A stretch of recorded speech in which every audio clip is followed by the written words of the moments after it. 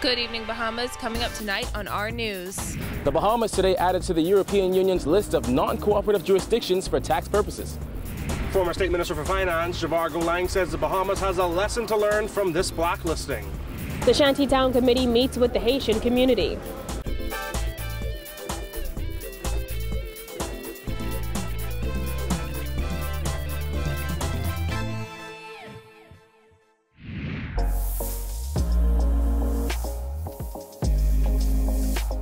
Our news is brought to you by Alive. Welcome to our news and thanks for joining us. I'm Christina Dragovich. Topping news tonight, the Bahamas has been added to the European Union's list of non-cooperative jurisdictions in taxation matters. This despite attempts by Finance Minister Peter Turnquest and Financial Services Minister Brent Simonet to prevent the country's blacklisting by traveling to Brussels ahead of a meeting held today by the European Council. Kyle Joaquin has tonight's top story. One of my concerns would be that the EU, in their continued changing of the goalposts or moving of the goalposts, will next look to target our foreign direct investments. This concern expressed by PLP Deputy Leader Chester Cooper as the Bahamas, the U.S. Virgin Islands, as well as St. Kitts and Nevis were added to the European Union's blacklist of tax havens. The reason, according to an EU statement, they have failed to make commitments at a high political level in response to all of EU's concerns. Following the revelation last week that the EU intended to blacklist the Bahamas, Finance Minister Peter Turnquest and Financial Services Minister Brent Simonet traveled to Brussels in an effort to engage the Code of Conduct Group and the Council directly. The Finance Minister in a statement today calling the EU's reasoning regrettable, saying, "The Bahamas government through the Ministry of Finance has consistently been engaged with the EU's Code of Conduct Group and has responded to its requests." Prior to today's meeting at the level of the Deputy Prime Minister, the Bahamas reiterated its commitment by formal letter and is on schedule to meet the December 2018 deadline set by the European Council for implementation of the areas of concern indicated. But the government's efforts in this regard have failed. Cooper says Bahamians should be concerned. I am generally concerned about what I see as a moving of the goalpost. This is critical for our economy. It's critical for our financial services business. The continued moving of the goalposts, as it were, threatens our livelihood. The EU had warned of blacklisting last year and encouraged government to take several steps to avoid this decision. In response, the government had passed several bills in Parliament, including the Automatic Exchange of Financial Account Information Amendment Bill 2017 and the International Tax Cooperation Amendment Bill 2017. Generally, I'm disappointed that the EU has taken this position with respect to the Bahamas, and I'm very concerned about the potential impact on the Bahamas. So what exactly does this blacklisting mean? For starters, Cooper says blacklisted countries could face European Union sanctions, certain controls on financial transactions between the country and the EU, and of course, reputational damage. We have a lot of experts in the field, in the industry. We have a lot of experts in the PLP. We've been through this process before. We've avoided delisting over the past 5 years of the Christie administration, and therefore the government should draw on these experts and the expertise to ensure that we do what it takes. Again, Cooper said he's going to wait to hear from the finance minister before he decides whether he thinks the government did enough to prevent this blacklisting. Reporting for our news, I'm Kyle Joaquin. Well, former State Minister for Finance Javargo Lang says he believes international politics is at play following the EU blacklisting, adding there's a lesson to be learned by the Minnis administration. Jared Higgs reports. The European Union and other international bodies certainly have handed the Bahamas a challenge in terms of the international regulatory hurdles that they have been asking us to jump over. Former Minister of State for Finance Javargo Lang says the Bahamas has a mammoth task ahead of it as government leaders seek to take the necessary steps to see the country removed from the dreaded European list of uncooperative tax jurisdictions. Now, Lang was a minister back in 2000 when the Bahamas was blacklisted. He says they were lucky to get off that list within 6 months. The Financial Action Task Force blacklisted the Bahamas and 14 other countries in June 2000. After passing 9 pieces of legislation aimed at overhauling the financial sector, the country was granted qualified jurisdiction status in January of 2001 before being completely removed from the list in June of that year. Lang says he feels that the guidelines and expectations were clearer at that time. The biggest difference then might have been that there was a little more clarity about what the international community was seeking to achieve, and that was a little broader effort than this narrower European effort, and it seems to be like a continuous moving goalpost, and it seems to be a little bit of politics, regional, international politics involved. Lang says among the challenges will be convincing the Council of the European Union that the country is fully committed to complying with their demands. Whether we like those things or don't like those things are irrelevant. The fact is our market, financial services market, caters to their citizenry, and they now have an expectation of what they want us to look like and be like in respect of that business. And so we have got to show them with our staffing, with our infrastructure, human infrastructure, that we are serious about it and we are committed to it. Finance Minister Peter Turnquest said back in December that the Bahamas seemed to be escaping a blacklist, grey list, or any other kind of list. Additionally, Parliament passed a number of bills which Attorney General Carl Bethel stated placed the country a giant step away from blacklisting. Acts where the government was naive to not see the possibility. Lang didn't want to speculate. But you know, it's done and everything is a lesson. And so now you have to find out what is it in fact that we have to do to get off the list, but and again be proactive about our forward engagement now with the world. Not just the Europeans, the North Americans, the South Americans, the Asians. We have got to be engaged with the world. Reporting for our news, I'm Jared Higgs. And as the budget debate continued in the House of Assembly this afternoon, Minister of State for Legal Affairs Ellsworth Johnson also addressing the Bahamas blacklisting, which he believes is the result of several issues the Minnis administration met when it came into office.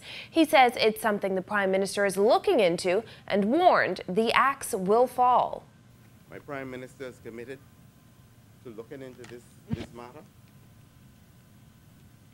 And if it is found that through inadvertence that this act would have occurred, the axe will fall. Johnson says the Minnis administration met its share of problems coming into government, which he believes contributed to the latest blacklisting.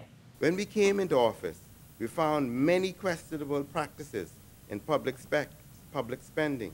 We found questionable practices in procurement of goods and services in the government, most notably in the hiring of consultants and the acquisition of leasehold.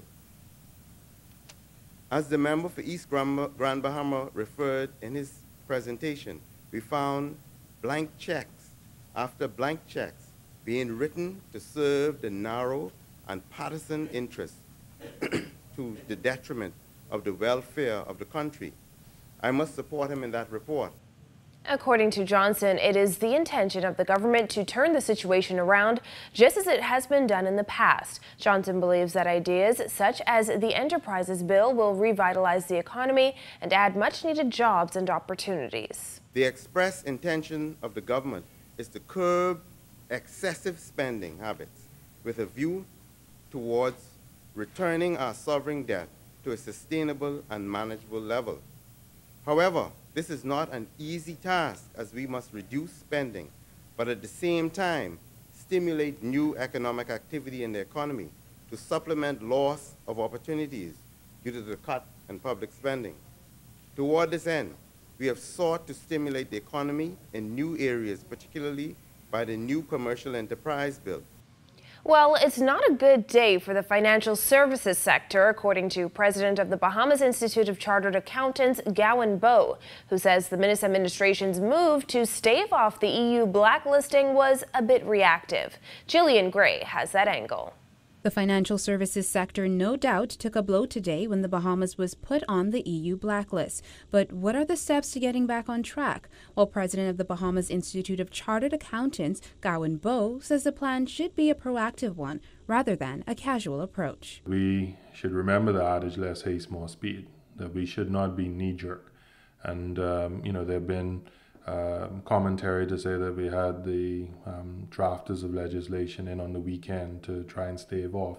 Well, we can't be in a situation where we're reacting to an announcement. we have to say that we are setting out a plan that has dates, timelines, and milestones that we can be judged by. In December, the EU gave the Bahamas and 7 other hurricane-ravaged Caribbean islands extra time to comply with its requests, including the U.S. Virgin Islands and St. Kitts and Nevis, which were also blacklisted.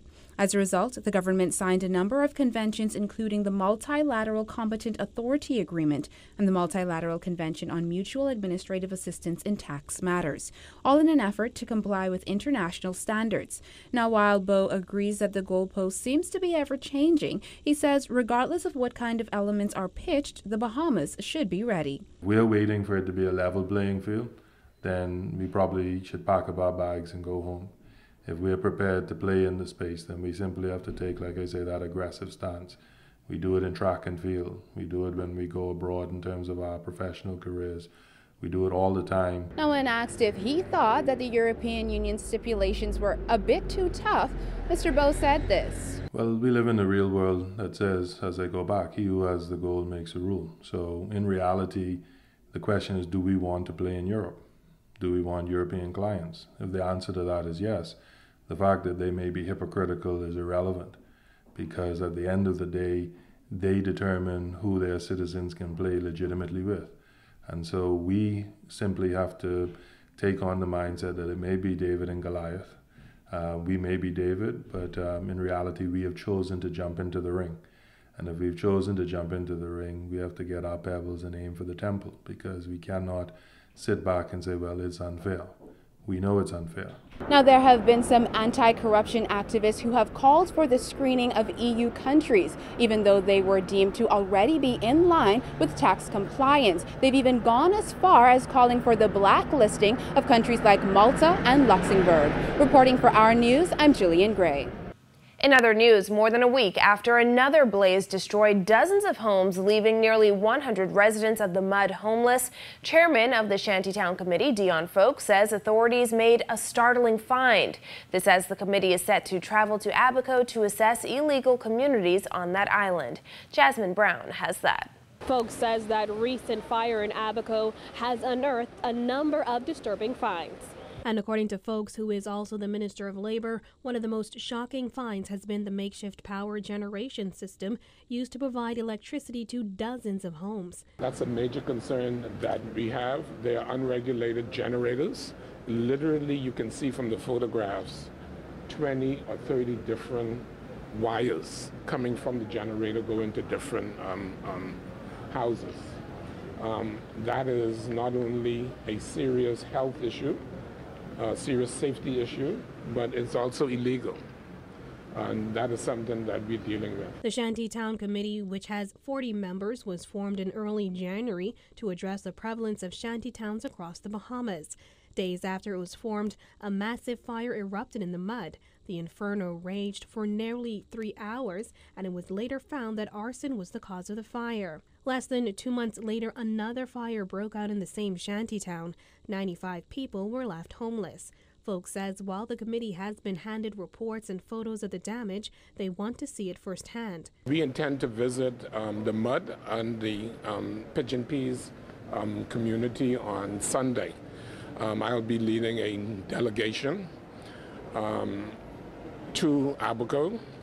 There are several concerns that we have as a government relating to the health and safety of these communities that we are going to be looking at. As for what work has been done so far in New Providence, Folks says there have been several meetings with members of the Haitian community and visits to shantytowns. We want to have a comprehensive approach from a community-based aspect. Whatever we do, we want to have as the minimum of resistance. Folks says the government will act as humanely as possible, but will not stand down when it comes to upholding the laws of the country. Reporting for Our News, I'm Jasmine Brown. Still to come on Our News, police traveled to the U.S. for training amid concerns over recent police-involved shootings. Stay with us.